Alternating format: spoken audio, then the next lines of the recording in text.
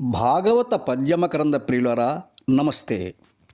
కంస, నీవు పూర్వజన్మలో శ్రీహరి ఖడ్గంతో హతుడవైన కాలనేమి అను రాక్షసుడవు.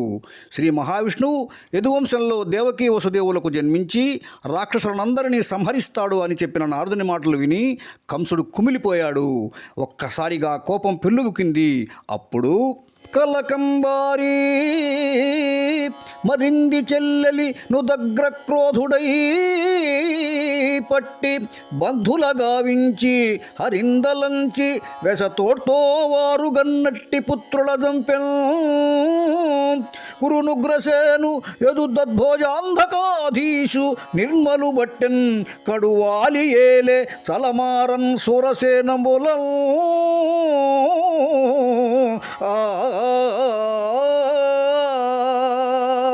పెళ్ళుకిన కోపంతో చెల్లెలు మరది అని చూడకుండా దేవకీ వసుదేవులను పట్టి బంధించాడు. విష్ణుమూర్తి గుర్తుకురాగా భయంతో దేవకీ వసుదేవులకు పుట్టిన కొడుకులను వెంటనే వధించాడు. తండ్రి అని చూడకుండా యదువంశ సంజాతుడు భోజాంధక వంశాలకు రాజు నిర్మలుడు అయిన ఉగ్రసేన మహారాజును తెచ్చి బంధించి విజృంభించి సూరసేన దేశాలను పాలించసాగాడు కంసుడు. ఇక్కడ రాజ్యకాంక్ష గల వారి క్రూరత్వాన్ని ఇలా చెబుతున్నాడు పోతన. తల్లిదండ్రినైన తమ్ములనన్నలా సఖులనైన బంధుజనులనైనా రాజ్యకాంక్ష చేసి రాజులు సంపుదురు అవని తరచు జీవితార్థులగుచూ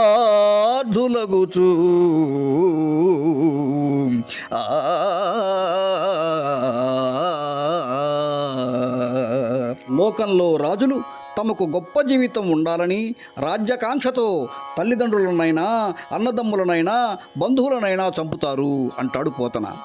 ఇంకా కంసుడు బాణాసుర, నరకాసుర, జరాసంధ, బకాసుర, ధేనుకాసుర, తృణావర్త, చాణూర, ముష్టిక, పూతన మున్నగు దుష్టులను చేరదీసి తన సహాయకులుగా చేసుకున్నాడు.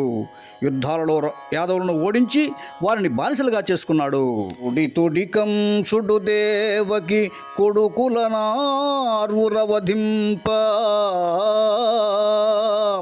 గురుశేషాఖ్యం వరవగు హరిరుచి ఆసతి కడుపున ఏడవది అయిన గర్భంబయ్యన్